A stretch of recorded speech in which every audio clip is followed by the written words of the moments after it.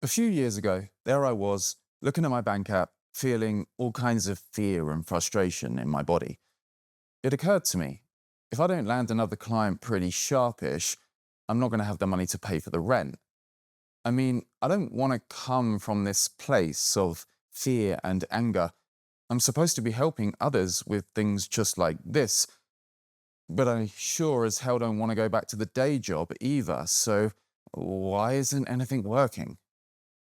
I was talking about my services, but no one was signing up, and it felt like the clock was ticking. 3 days later, the whole situation did a complete 180, almost like magic. So, what changed? Did I just muscle through and work harder until something clicked? Did someone swoop in to save me? Not quite. Something seemingly much stranger. You see, I had been reading and researching the ancient wisdom traditions for long enough to know these feelings and this personal feeling efforting to create and create results was probably the problem.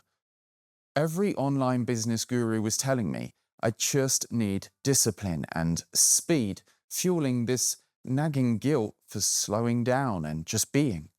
But being stuck in fifth gear wasn't doing the trick either, so what choice did I have left? I'd done the 5 a.m. morning routine, positive affirmations, visualizations until crystal clear, heart coherence meditations, feeling all the elevated emotions, only for the elevator to always come crashing back down to earth.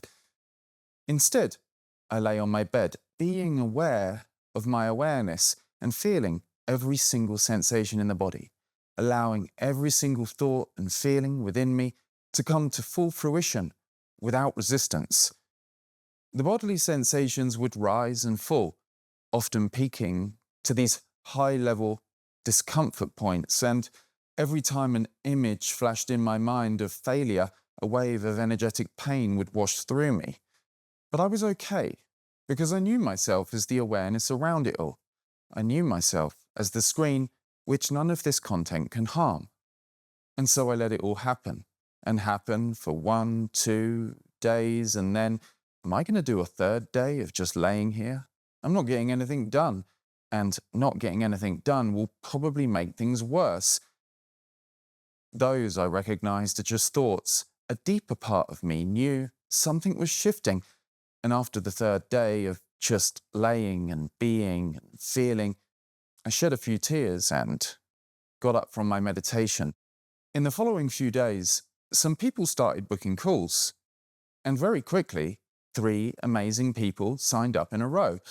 I had the cash to reinvest into my business, and I was flying again. Now, was that just a coincidence? Was it just a matter of timing and my cognitive biases weaving fantasies about what had happened? I don't think so, because I've seen it time and time again within myself and those I've worked with.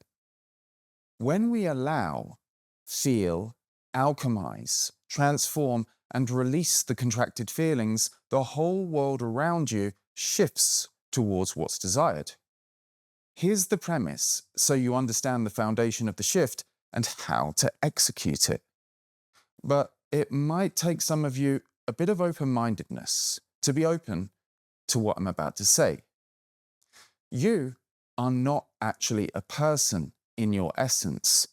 You may appear as a body and mind, but what you actually are is beingness, infinite potentiality.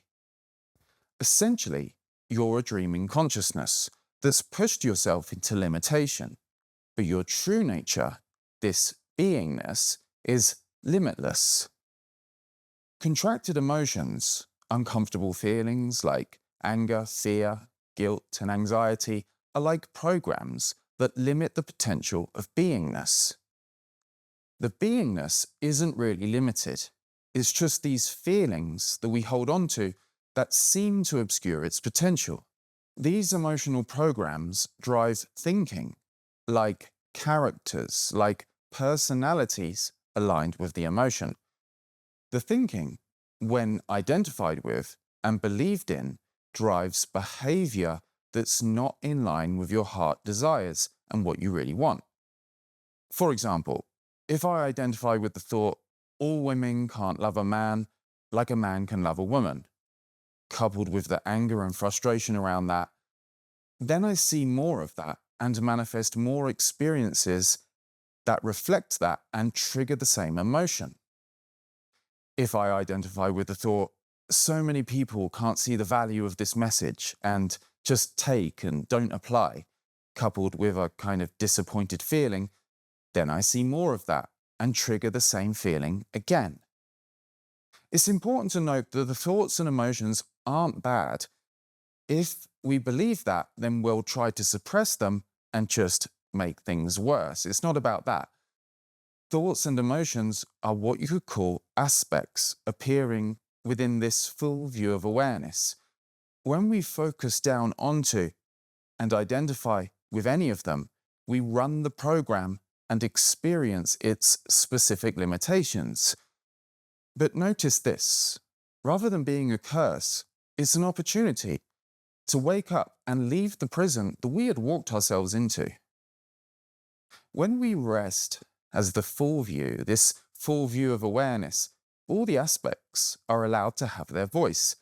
They're allowed to come to full fruition, but not any one of them dominates, and they eventually begin to work harmoniously together. For example, I may look at my backlog of accounting administration and have the thought, oh God, I don't want to do this. This just sucks. I don't have the right brain for accounting and numbers, and it's too stressful for an artist type like me, a creative type who shouldn't be doing this in the first place. But then I might have the thought, but hang on, I'm supposed to be an embodied awareness.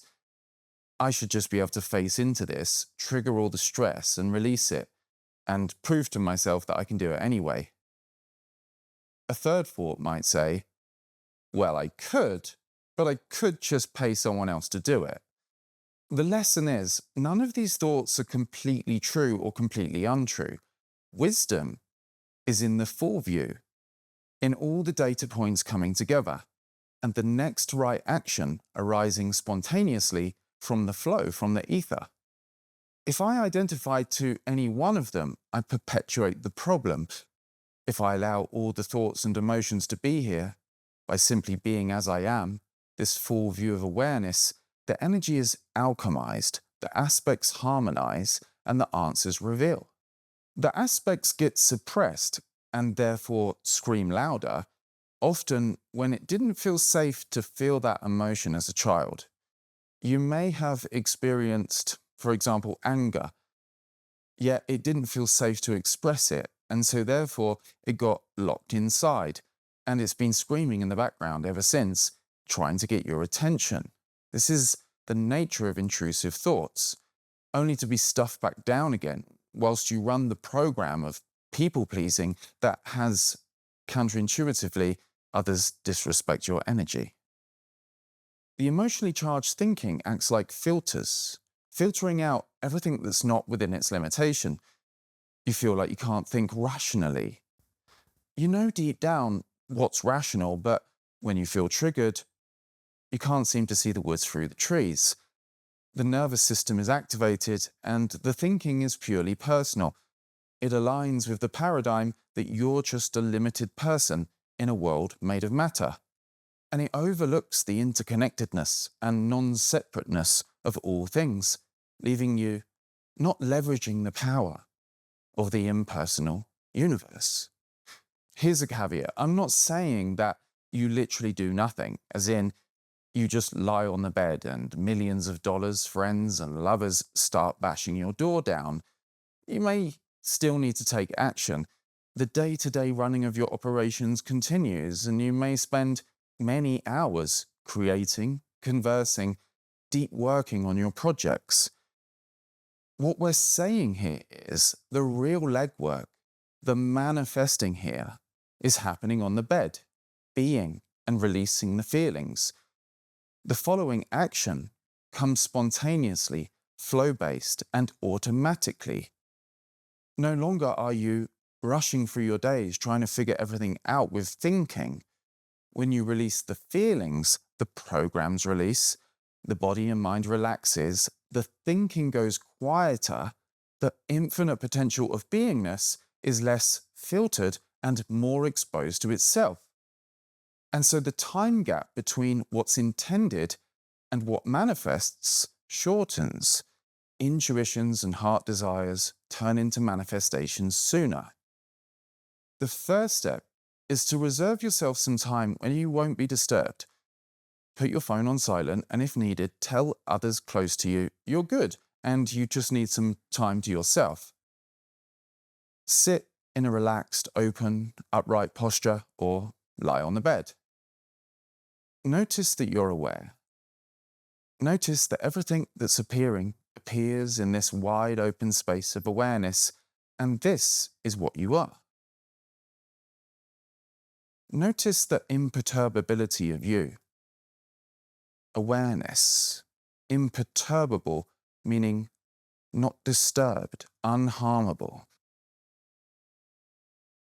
Within this context of yourself, as the safety of awareness, begin gently and briefly imagining the event, situation, or person that's been having you feel a little disturbed, uncertain, or unable to move forward.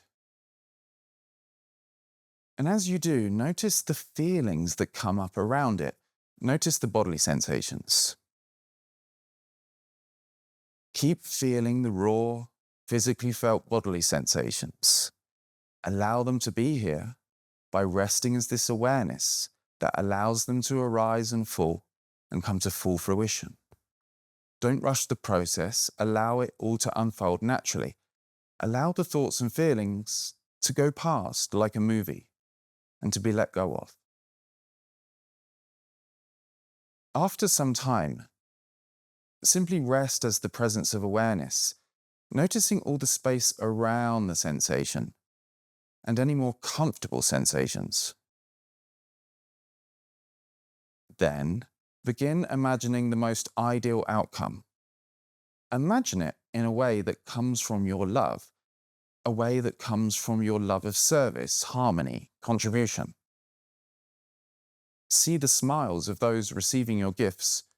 Experience the gratitude of loving exchanges, harmonious communication, and collective teamwork. Repeat this process until when you imagine the previously disturbing situation, you don't feel the same emotional charge arising. You don't feel the same sensations. You naturally feel a sense of neutrality around the whole thing. In a way, you don't care, but not in a heartless way, just a light-hearted way. You may still have your passion, but it's not so clouded by doubt and insecurity. The thoughts have quietened. There may have been physical releases in the body, muscle knots spontaneously popping, or maybe even a few tears shed as something waiting to be felt bubbled up within you, got seen, and released. Some caveats are that this can take a little bit of time. There are ways of accelerating the process, layers of safety, embodiment, and processing that you can layer on top to catalyze resolution and release. But this is the foundation. And there's a deep healing that can happen in the silence. And it doesn't matter how long it takes, because you are this awareness that was never wounded or broken to begin with. The releasing happens in time, but it all happens in this timelessness of you, this timelessness, immediacy of presence. Keep zooming out from the aspects, out from the personal thinking, and be as you are, this ever-present beingness. And don't isolate being and releasing to the bed or the meditation pillow, and then launch back into personal efforting again and winding the nervous system all back up again. Emerge from your stillness and bring that inner stillness into your activities. Stay aware of yourself as you receive insights, intuitions, hunches, ideas, and spontaneous actions that magically manifest. Instead of thinking of this as a one-and-done deal, think of it more as an ongoing process, a yoga of personal creation or entrepreneurship. a path of embodiment through facing into your goals, heart desires, inner visions, and not delaying them any longer through distraction, using them as a way to expose your felt limitations and release them. Of course, we're not invalidating anyone's challenges or challenging life experiences. Life is full of surprises, twists, and turns, and we can never fully know what may have been ordained from a place outside of time. But whatever possibility there is in this strange dream, who am I to say what's possible? It's up to you to decide what you believe. You just have to ask yourself the question: who are you? And what are you believing? And how much of this is fueled by how you're feeling? What if you released those contracted feelings and allowed yourself the freedom? I hope you got a lot of benefit out of this video. I'd like to go into even more detail in the process, but we had a limited time. And so I trust you'll explore this further and really apply and integrate it. And this is why I created my free mini course, Awake and Embodied Essentials, which will give you all the foundation for awakening to imperturbability, awareness, and release the contracted feelings. But also, if you're ready to willingly commit to deep revelation and transformation, I invite you to join Awake and Embodied. Over there, we have the full guided sessions, advanced pointers, and weekly live calls with me to fully embody your true nature and manifest your fullest potential. The link for that is also in the video description, and I will see you in the next video. Peace.